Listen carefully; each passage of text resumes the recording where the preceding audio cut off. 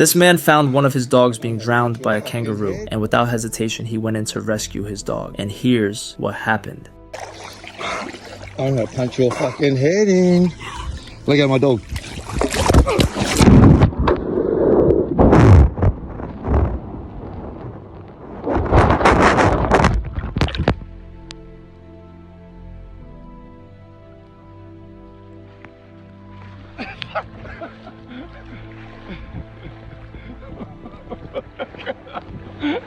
Hachi here.